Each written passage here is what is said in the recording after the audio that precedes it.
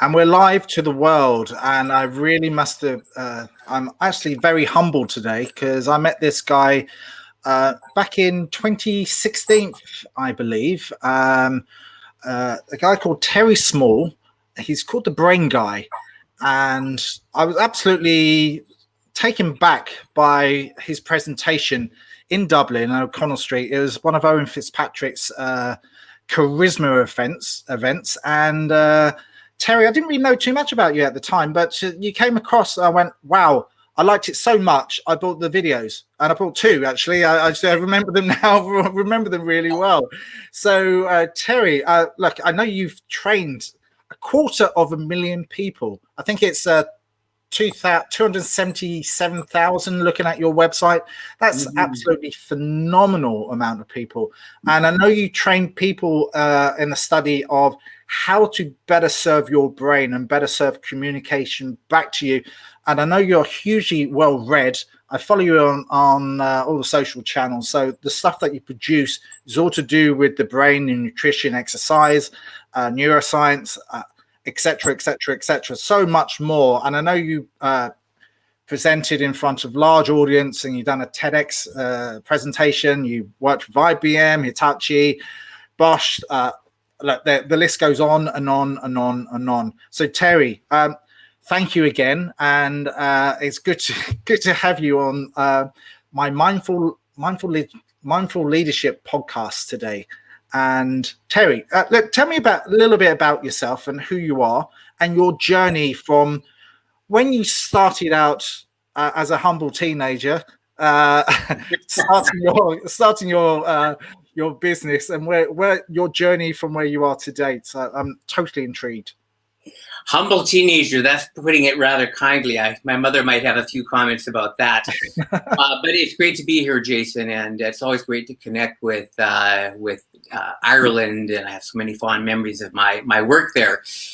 So it's an interesting question. I've always loved people, and I'm very passionately curious about the brain and how the brain learns. And I mean, even remember being as a youngster, just being so curious about why people choose this and not that, and why do people think this, and even today, I'm just always astounded how very intelligent people can come to view the world so very differently. So I think that one word sort of describe my career is curiosity. I'm just passionately curious about people, and of course that leads you to a discussion about the brain.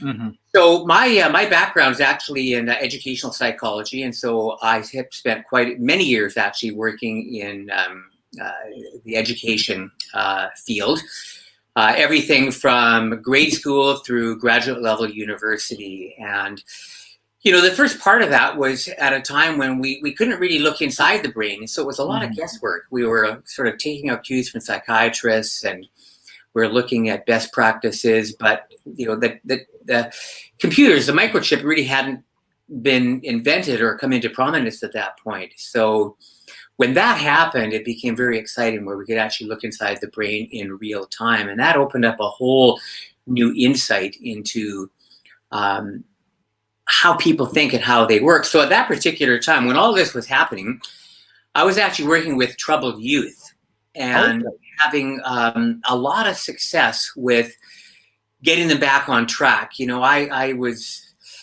Typically when a school year would start, the counselors and the administration, they would sort of tip the school on an angle, and anything that wasn't screwed down would slide into my program.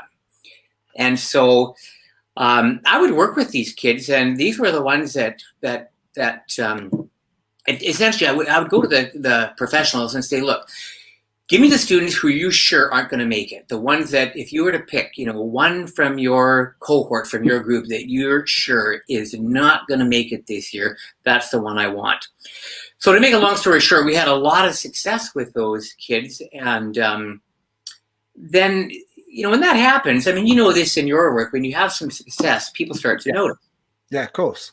And then other organizations say, well, that's interesting. So what are you doing exactly in this program? And so you start to share a little bit, and then they talk to somebody else, and they talk to somebody else, and then before you know it, I'm here on my computer talking to you in Dublin. That's really good. I would say this, because I know you've got a lot of people that will be watching this that are on a very similar journey. And I think I never actually thought I would do this. At no point in my life did I ever think, I'd like to be a speaker about the brain and applied neuroscience. I was first passionate about the topic, and that always comes first. I don't think you can decide to be a coach and then backfill. I think that just comes out of who you are. There's a passion, a genuine passion for helping people, and then when you become full of it, and it you have this genuine desire to learn and to connect, the world finds you. People do find you.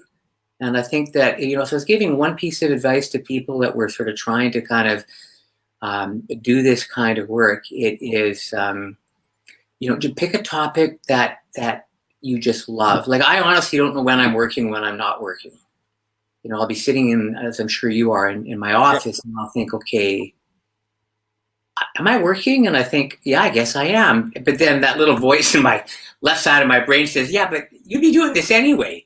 And I go, well, so maybe I'm not working. And I think, when that happens, you've got something that'll be interesting for people.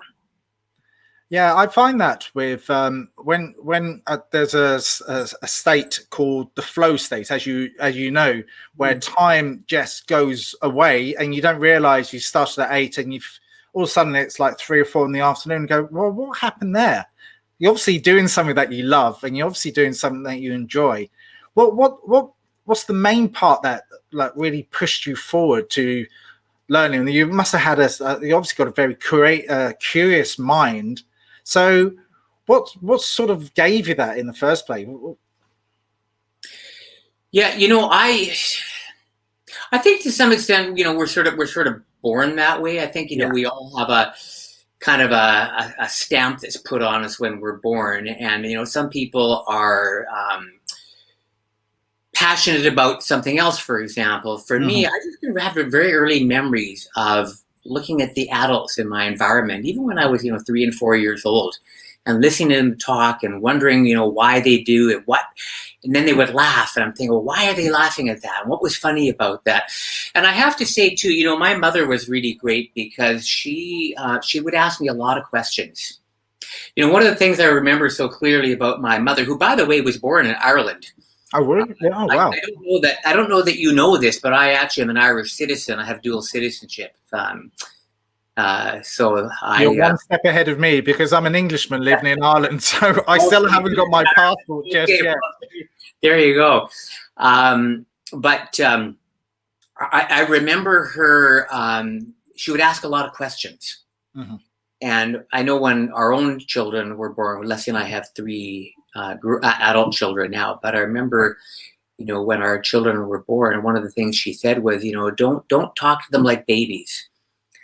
Talk to them just like you would talk to adults. I mean, every parent has their moments, right, where we get silly, and that's just part of being a parent. So fine. But she said, for the most part, just talk to them like you would an adult, and if they don't understand, don't ever worry about whether they understand. She said, just talk to them like an adult, and if they don't understand, they'll ask, and if they don't ask, they weren't interested, so it didn't really matter. And so, that was kind of how I was brought up. That was how she spoke to me. She would just talk to me. And that really fostered, I think, sort of my desire to think and to learn. And then, of course, becoming a teacher, that became absolutely fascinating when you're in think about it. That's just like the ultimate laboratory for human behavior, is being in a classroom with students. And I was fortunate enough to be able to work with very, very young students, but also adult students in a grad school setting at university. So that really intrigued me. I think it's like anything else too, Jason. When you start to have some success and you realize that I've had a little bit of an impact on this person's life. Somebody comes back to you and says, you told that story, and I don't know if you remember telling that story, but that just changed me. And you think, wow, I've forgotten about that story. Maybe I should start telling that story again. And so that I think, the brain really does have a true north compass. Altruism is real. I mean, people,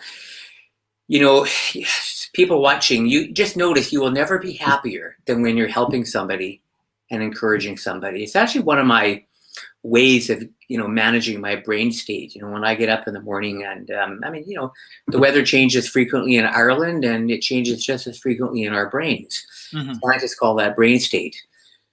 So when I feel like my brain state isn't where I need it to be, I have a number of ways that I change it. And one of them is I'll pick up the phone and I'll call somebody and I'll try and encourage them. Or it could even be, on my way to give a presentation, I'll stop at a coffee shop, and as the person is handing me over the coffee, I'll figure out a way to encourage them. Mm-hmm. And, when you do that, you encourage yourself. So I guess, to come full circle back to your question, mm-hmm. when you start to experience that, you the brain is very interesting, because the brain likes to repeat what it finds pleasurable. Yeah, of course. And, what helping people is pleasurable. The brain gets a lot of joy from that. And so the more we do that, the easier it is to do that in the future. I mean, I actually brought my brain with me. I don't always, I really am the brain guy. It's like mine, actually. I have about 15 brains. This is my favorite because it's color coded, and you think you have trouble getting through airport security. I take about 3 of these in my different models in my hand luggage, and it always brings security to a standstill. And I've chosen to have a good sense of humor about it. It's everything I do, Jason. You'll know this from the talk that you attended in Dublin. Comes from we look at everything through the lens of neuroplasticity. I mean, this is the most exciting thing, the most exciting discovery ever about the human brain in the history of our planet, is that your brain changes, and that we add connections, we strengthen connections, we weaken connections, that your brain is not static, it's dynamic. And so when we start to look at people through that lens, and you start to look at yourself through that lens, you realize, I can change. I can actually alter the physical structure of my brain with my thoughts, with my actions, with what I read, with what I learn. People that are watching this podcast right now, your brain is actually responding physically to what you're hearing, and hopefully, the odd thing that you might learn. A question I want to ask you, actually, and it's something that I've been thinking about for a while. We have, as a global, in the world today, the last 5 months, we all know about this pandemic that's been happening, but we've all been conditioned to got into a habit which is being forced upon us, really. But it's obviously caused a lot of stress and anxiety along the way, because we've been conditioned. We've been told that we have to stay at home. In Ireland, we had a 2-kilometer radius that we can exercise in, or we can go to the shops for food shopping. But everyone was working from home as opposed to when they were all free and going into the office. How do you think that's changed? How do you think that's changed our mind and our mental state, locally and globally? How do you think that's made an impact? Because it's a massive question to you, because you're an expert in this field. It's a really good question, and the short answer is it's had a huge, as you say, massive impact on people and people's brain states. I mean, I'm in Vancouver, and it's no different here. We've had our own restrictions and things we can and can't do. In fact, it's interesting. I did a webinar last week, and it happened that the morning of the webinar, this was in our local paper, the Vancouver Sun. The headline of this article says, "Mental health is a casualty of the pandemic." Now, I'm not going to read you the whole thing, but I'll just read the first introductory paragraph.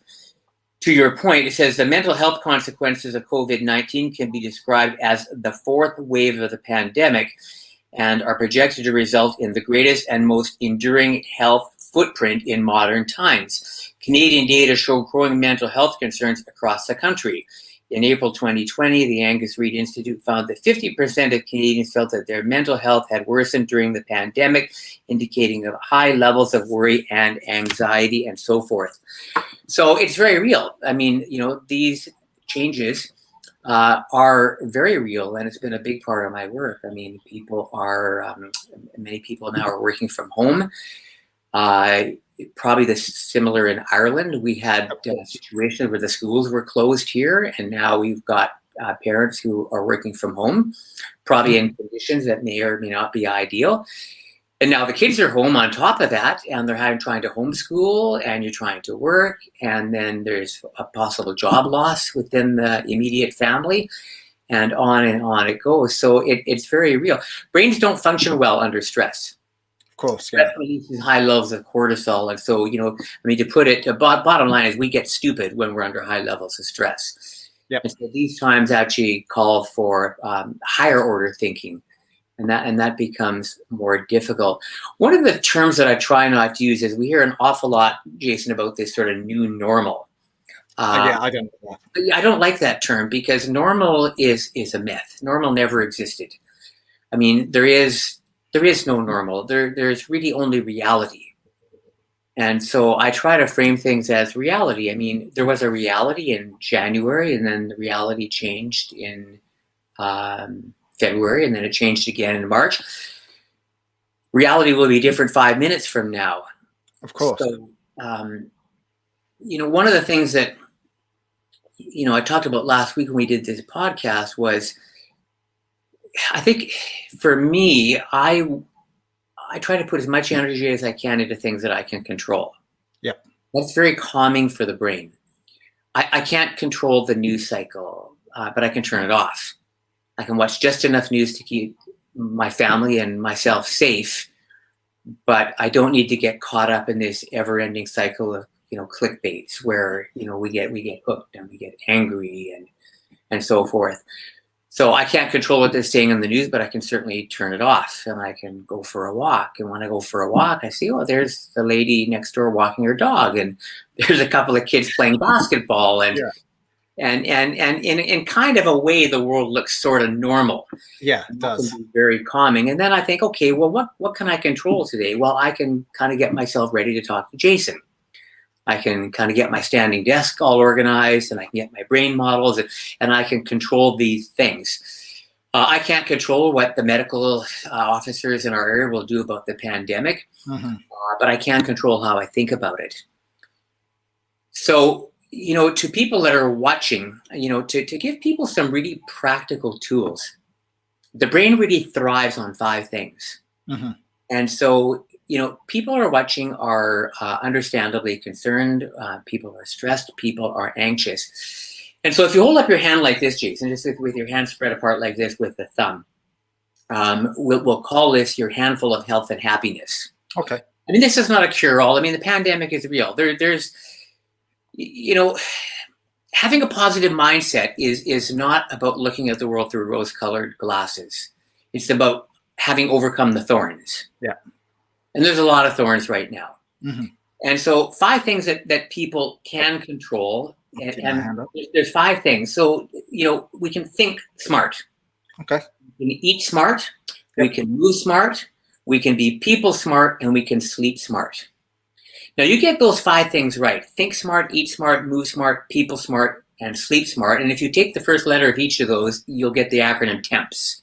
TEMPS. And if we spend some time every day focusing on those 5 things, can I think smarter about this? One of the things I would tell people, suggest gently to people is, no matter what happens, every day take a 20-minute vacation. Get outside, go for a walk in a park, meditate, pray, do your yoga, get rid of the phones, get rid of the people, but I call it carrying out the neural trash. Yeah, I agree. We dial down the stress. We just get out there and we just let the brain free range and give the brain a break from this reality that we're all experiencing. You can go a long way to, having a resilient brain in this pandemic by just eating smarter. Less processed food, less junk food, much more in the way of whole, rich foods. And we don't have time in this short space to go through all of that. But that's a big part of my work is walking people through how to have a healthy brain. So number one, they don't get Alzheimer's later in life, but also that their brain is more resilient today and tomorrow. So as a rule of thumb, for people that are watching, whole foods that are richly colored. So any food that is a whole natural food that is deeply colored is a brain food. So it's like broccolis, blueberries, and that type of thing. Yeah, all the field berries, raspberries, strawberries, blueberries, kale, carrots, tomatoes, cherries, dark raisins, prunes, plums, anything that is deeply colored, that is a whole food, is medicine for the brain. And we're going to need resilient brains going forward, because as you rightly say, this is a big issue. And when COVID will eventually pass by, but there'll be something else. Mm-hmm. This realities, anybody that thinks that the world is going to go back to be a kinder, gentler, simpler place, I have a bridge to sell you somewhere that I know. I mean, it's going to be, I think, I just get up in the morning and I expect that I'm going to have problems and that my life is going to be complex. And so when they happen, I kind of just go, okay, well, no, I don't have to worry about it. I know where it's coming from. Mm-hmm. But I try not to let it derail my day. Of course. So, I totally understand that. And from what you've said, it does resonate with you. And I know if I don't sleep that well overnight, I'm a grumpy person the next day and I don't function properly.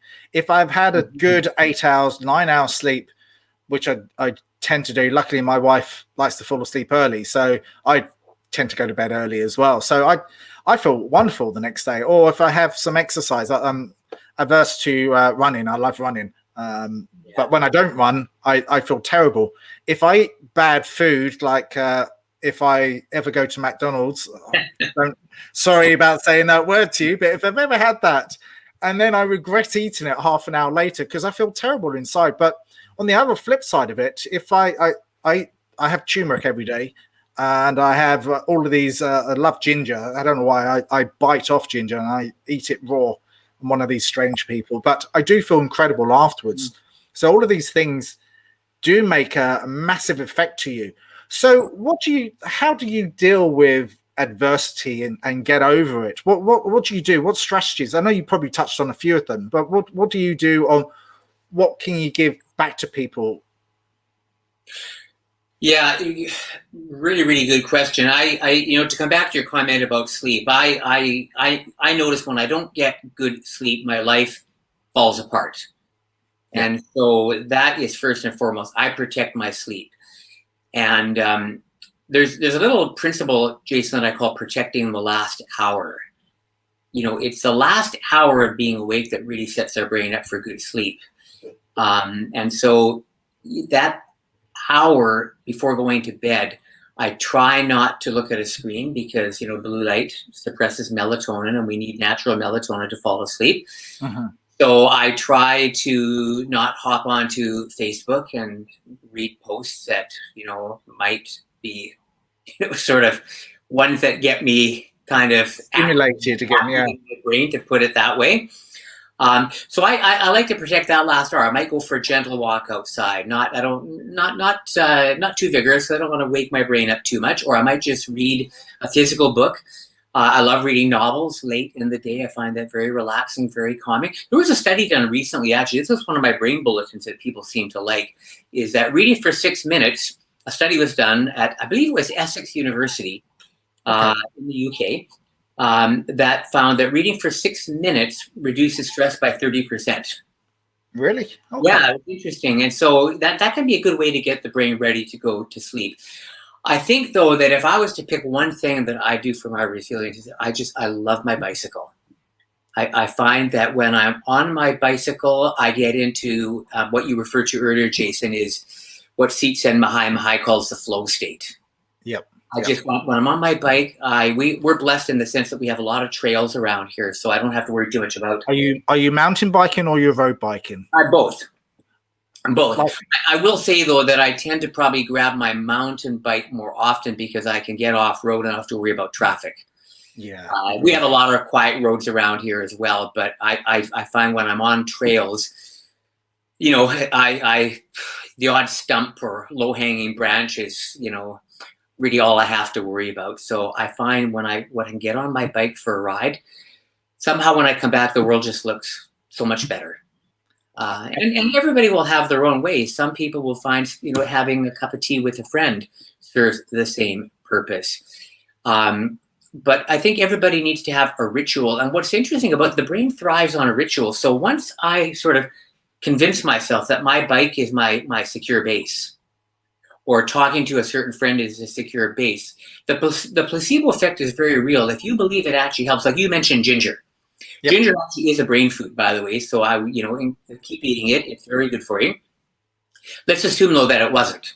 Let's just assume that for whatever reason, it's just kind of a neutral food. It doesn't really have a lot of health impact. Mm-hmm. If you actually believe that it does, it does. And it's not just mind over matter. The placebo effect, as well as the nocebo effect, is very, very real. And so it really underscores, again, just how important it is that we pay attention to the brain, that we learn about the brain. It's so practical. I mean, I don't want people watching to think, oh, well, I'm going to have to read a bunch of biology textbooks, and I found that really boring when I was in school. The stuff that's being written now is interesting. It's cutting edge. It is profoundly interesting. Mm-hmm. I read a lot at the moment, and I'm just fascinated with the brain and the impact on the brain. Learned a couple of years ago about the Dr. McLean's 3-layered, is it the tribute brain back in the 1960s, and how much it's developed since there, but the theory is still there. And they've learned so much from, as you say, neuroplasticity and neuroscience and scans of the brain. I recently saw one about laughter and how that impacts the brain, and how that does this like it's like a free drug that you can give yourself. And I know, looking at your website, you also run several presentations on laughter, and I think that's incredible. And me thinking about that now, I sort of cheered myself up. It just does something to you. So tell me about that and how you present that, because that's really intriguing. One of the things I like, I couldn't agree with you more, by the way. I think that, coming back to your earlier question about resilience during this time of COVID-19, it's so important to keep a sense of humor. I mean, it's just, I can't imagine going through this without a good sense of humor. Mm-hmm. I find, like, in relationships, our marriage, I mean, I don't know that we would have survived if we weren't able to share some good laughs every day, especially, learning to laugh at ourselves. So that, when you laugh, you flood your brain with 37 chemical reactions. It does everything from improve your immune system. So on a practical level, it does pump up your immune system, so you're less likely to get a virus. So for starters, I mean, that's kind of interesting. I read recently that the difference between somebody with a sense of humor and somebody who doesn't have a sense of humor is the person with a defined sense of humor lives 7 years longer than the person who doesn't have a sense of humor. And the worst of that is the one with the sense of humor, makes the rest of us miserable while we're waiting for them to die. I'm just kidding.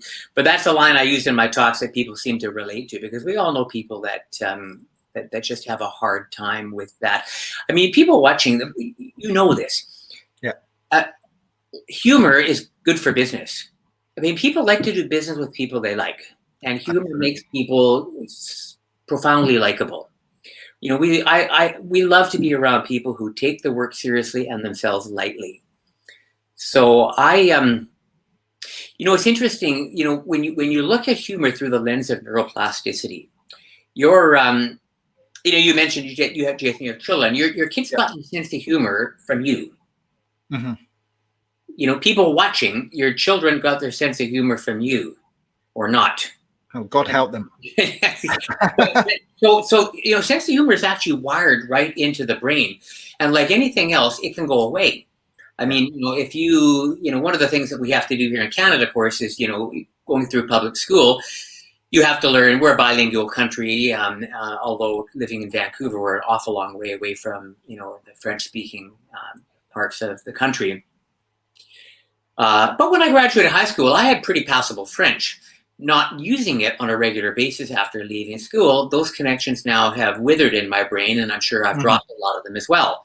And so my French is not nearly as good as it was back then. So same thing with the sense of humor. If we don't exercise a sense of humor, it can actually go away, or you can strengthen it. So when was the last time, you were kind of driving down stuck in traffic, or you were at the airport, and maybe not so much now, but I mean, in normal sort of non-COVID times, I will sometimes just stop what I'm doing and look up and go, well, what can I laugh at here? What's going on? I mean, there's a lot of things at an airport to laugh at. Oh, loads. Oh, absolutely. Or a hotel lobby. What is humorous here? And so people tell me, one of the things that's interesting too is, as you mentioned, I am a speaker, so I do a lot of presentations. People always tell me I have a really good sense of humor, and I think they're actually right.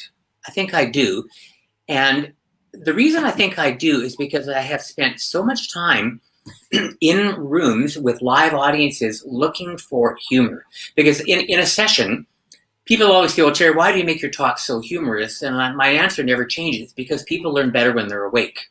Yep. Frankly, and humor and laughter wakes us up.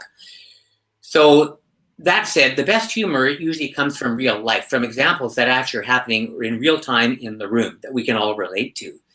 And so brains get good at what they do. That's essentially what neuroplasticity is. We all know people who are really good at complaining, yes? Absolutely. Yeah. They weren't born that way. I mean, the person wasn't born and the doctor said, well, we'll make this one a complainer.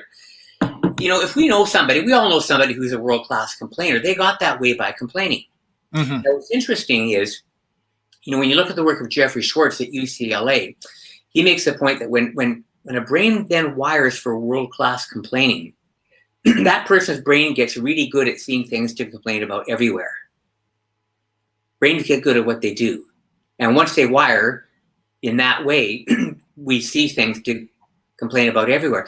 People who are encouragers, they weren't born that way. They got good at encouraging people by encouraging people. Absolutely. And then, right now, Jason, you don't even know you're breathing until I point it out. And then you kind of go, oh, yeah, gosh, Terry's right. How about that? I'm breathing. Well, you've been doing it for so long, for so often. Those are some of the, but you don't think about it. It's your brain that's actually running your respiratory system. And those are some of the strongest connections in your brain. And so you don't have to even think about it now. It's just assigned to this automaticity. Yeah, that's right. Yeah. So same thing with humor. If we exercise our sense of humor and actively think, well, what can I laugh at here? What's going on that's humorous? Eventually it just comes out of us. We just start to do it without even realizing we're doing it. And I think it's a huge coping skill in the stressful new reality that we're living in with this pandemic. And as I mentioned before, when this all passes by, something else is going to come along. And so it's so important to have the most resilient brain that we can take out into the world for ourselves and for other people. Absolutely. And Terry, tell me this. You are the brain guy. So if you had funny enough, I was watching a Netflix program the other day, and what they did, I can't remember the name of it now, but it's the latest one. But what they had, it wasn't limitless, but they had another pill and they swallowed it, it lit up, and it gave them a superpower. So they had quadruple strength. They could run through walls, or they could be invisible, or really fascinating. But it only gave them 5 minutes. And they have to time it. So they broke into a bank and then whatever else. So it's really, really quite good. So if you had a magic pill, or if you had a superpower, what would that be? How do you use it? Well, that's an interesting sort of unexpected question. I'm tempted to say that I'd like to be able to make my bike fly. So whenever I wanted to, I could just go airborne with my bike. But seriously, I think if I had a superpower, there's actually two that come to mind. I think I would love to be able to speak every language on the planet. Oh, yeah. Wow. Wouldn't that be amazing if you could just have this magical superpower where you could have conversations with every human being on the planet in their own language? I think the Hitchhiker's Guide to the Galaxy, they used to put a fish in their ear, and they could listen to every language. I forgot about that. That's right. Yes. So I mean, I think that would be just wonderfully instructive, because so much happens beyond the English-speaking world. And I know we get translations of research and so forth, but I think that would be just such a marvelous thing and a gift to have, and just in a small way also, to be able to impact the world. So it would be a toss-up between that and the other superpower I think that maybe comes to mind is I would like to be able to so miniaturize myself and become oxygen independent, and to be able to actually go inside the body. Okay. And just roam around and just see what's going on in there. To be able to, and I guess you'd have to include in that some kind of an auxiliary power, so you could penetrate the blood-brain barrier. And wasn't that Ant-Man? Ant-Man did that, or one of the Avengers were like that. They could shrink themselves as into an atom or whatever and go inside the body. The size of an atom would actually be perfect. And then to be able to actually go inside, not just the brain, but the entire body, and just see what's going on in there, and just see in real time this stuff that we read about. I know we have imaging technologies, and it's pretty cool. You can see a lot of this stuff happening on, monitored through the help of technology and so on. But I would just love to be able to do that firsthand. I guess. If I had to choose between one of the two, I think it would be the miniaturization. I think that would just be marvelously instructive. That is super cool, and yeah, I'd love to do that. When you close your eyes and you meditate and you go, how can I do that? How can I shrink myself down and be that and go inside my brain? And what would your superpower be? The obvious one, I've always wanted to fly. I've had dreams when I was a kid that I would fly, and I do remember them. I remember them now, and even today, I've almost learned how to fly in my head. But when I was younger, I used to try and take off, and then I crash down, and then I try and take off, and I crash down. But I've almost learned in my dreams to control that part where I can fly. I'd love to do that. That would just be absolutely awesome. I'll take my bike with me as well, so I can take. As you say, I might as well try and do that. But it'd just be absolutely awesome being a Superman and looking at Superman when I was a kid. That would be one of them. And there's lots of others, but I probably can't really talk about those on this podcast. Can I give one last question, one cheeky last question to yourself? What would you say to your not to yourself, but what would you say? And I know you speak and teach to other people about using your brain more effectively. So if you were to speak to someone that needed help, or that you can give the best sort of advice, what sort of 1 or 2 tips could you give them just to enrich their lives if they're 20-something, so-and-so, just out of university or college, or just starting on the road to their career? What one thing could you say to them that might help them push forward or enrich their lives slightly better? There's so many different ways we could go with that. It's such a great question. We could talk about brain health. We could talk about neuroplasticity. We could talk about the young man I spoke to recently that had a massive concussion and is trying to rebuild his shattered life as a result of that head injury. If we take a more generic approach, I think for me, the book that impacted me very, very early in my life was a book written by Dr. Robert Cialdini called Influence, The Psychology of Persuasion. And you're nodding, of course, as I'm not surprised that you read it. And I just found that enormously interesting. Interesting enough, too, our kids, when they were in their late teens, found it incredibly interesting. Because when you're in your late teens, you don't have a lot of power in your life, but you're trying to, our sons, for example, they're in their late teens, they're trying to convince girls to go out with them and somebody to give them a job, and they're trying to get into school. And so I just found Robert Cialdini's insights into what drives human behavior. It really kindled a curiosity in me. I mean, the information is over the top. It's useful. It's practical. The book is worth it for the stories alone. I think the lasting value I took from that is it really underscored curiosity. It just made me think, boy, there's a lot in this world to be gained and to be able to contribute by understanding people and how they think. I totally concur with you. Absolutely 1,000,000% on that. I think if it's mine, it would probably be that, as well as Think Rich, Grow Rich by Napoleon Hill. It's also another classic, which is I've read about 5 or 6 times, and every time I read it, I go, oh, wow. And something else strikes me, and I know they've modernized it. I know they've modernized both books, and they're both phenomenal. So Terry, it's interesting. You just to kind of just one last little thought about that book you mentioned, Think and Grow Rich. With respect to your earlier question, Jason, about the pandemic,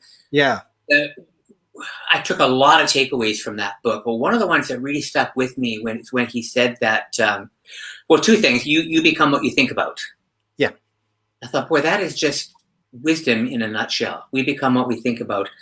And this was before neuroplasticity, and then neuroplasticity came along and put stanchions under what he was saying intuitively in those days.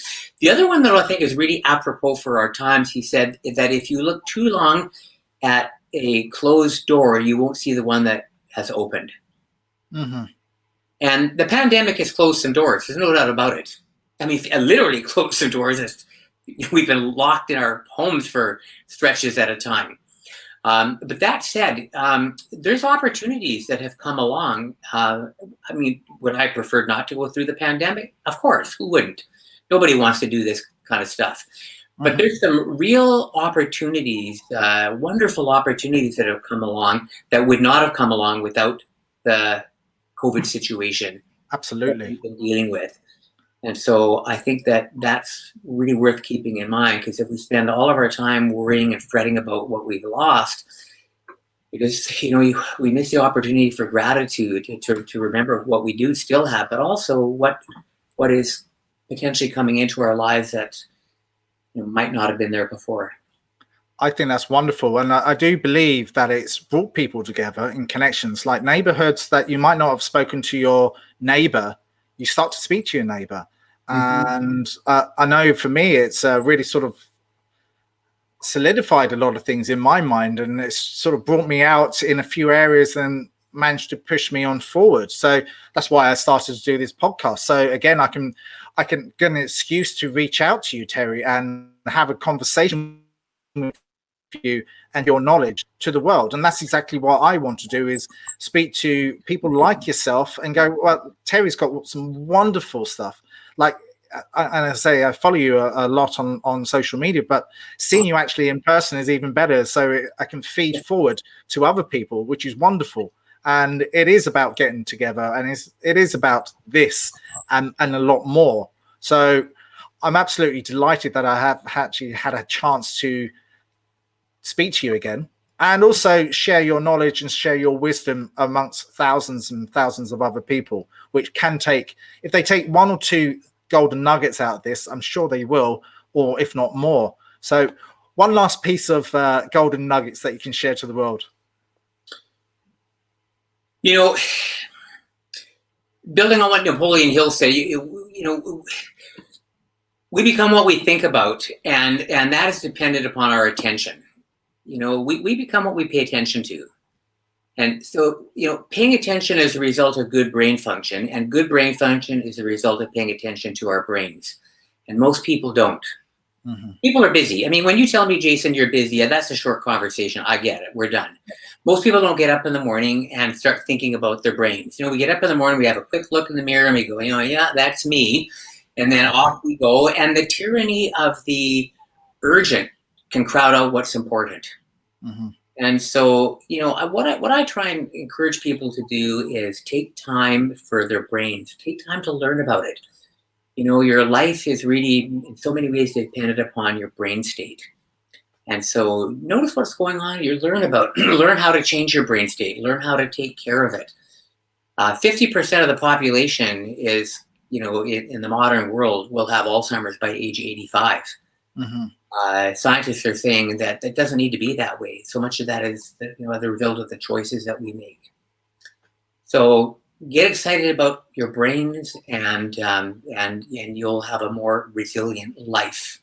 Yeah, that's awesome.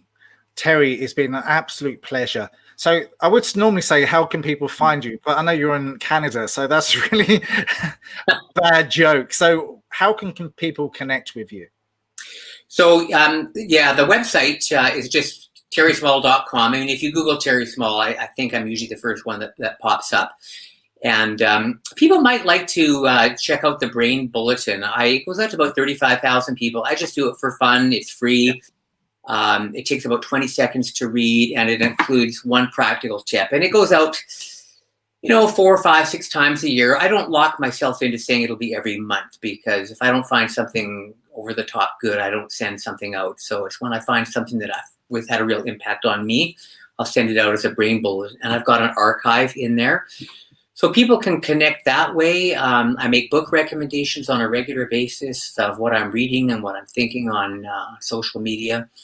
One of the things I like about social media is, it was a real highlight for me in Dublin to meet you and your group at the Gresham Hotel. I mean, what a privilege to spend a day with avid, lifelong, curious learners like yourselves.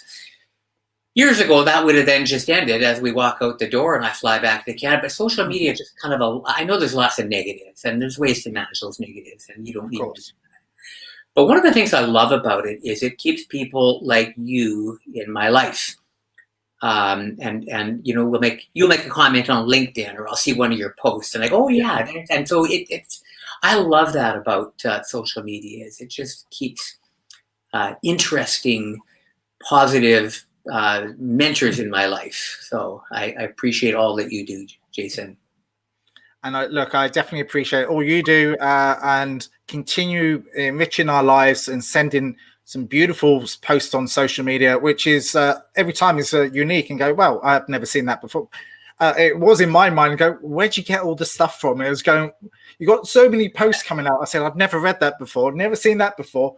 Where'd you get that from? And I'm always intrigued by it, and I always either copy it and share it, because it's absolutely wonderful, the stuff that you do, and keep on doing what you're doing. So I appreciate that. Oh, it's fun. People can find me. I'm most active on Twitter and LinkedIn, and then on Facebook tends to be a bit more personal. I have lots of fun on Facebook. So if people send me an invitation, once I kind of vet you to make sure that it's fine, I'll stalker. You'll see pictures of our grandsons. Yeah, and I follow you on there as well, so we connect on there. Yeah, so it's just funny. You mentioned about flying. I don't know if you saw the one I put yesterday. I just put Canadian Uber, and it's a real photograph. It's not photoshopped, about a crow flying on a bald eagle. And so yes, I did see that. Yes. Yeah, it's just the darndest thing. This crow comes down and lands on this eagle, and the eagle is flying around taking this crow for a ride. I guess everybody's bored in the pandemic. It's kind of like, well, what can we do today that we didn't do yesterday? Well, that's very lighthearted. And I really like. You just reminded me of that straight away. And I was going, that's really cool. How did that crow do that? How did that bird just hang on to that eagle? It's awesome stuff. Brilliant stuff. Yeah, it's an interesting world, isn't it? So thank you very much for today. And I've taken so much of your time, and I really appreciate it. Thank you very much again. An absolute pleasure, Jason. Thanks for inviting me to be part of your group.